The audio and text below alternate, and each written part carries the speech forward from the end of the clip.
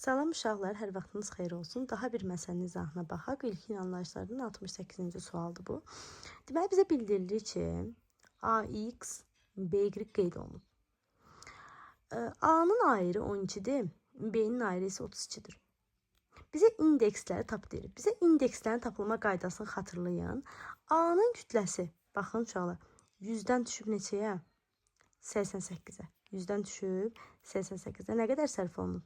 12 qram. Bəs B nə qədər sərf olunub? 100-dən düşüb neçə uşaqlar? 36. B nə qədər sərf olunub? 64 qram. Sonra indekslərin tapılma qaydasına görə 12-ni bölürük 12-yə, 64-ü bölürüm 32-yə ki, x, y-i tapa bilək. Onda olacaq 1-in 2-yə nisbəti, bu da olacaq, bu x-dir, bu da y-dir olacaq A, B, 2. Bunların da atom sayı 1 üstə gəl 2 edəcək 3.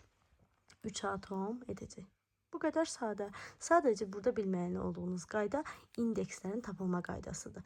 Verilən kütləni öz ayrılarına bölürsünüz, indekslərin tapılma qaydasını bu şəkildə hesablayırsınız. Və nəzərinizə çatdırım ki, bu sual birinci qrupa bu şəkildə düşür. Amma dördüncü qrupa isə daha çətinləşdirilmiş versiyada düşür.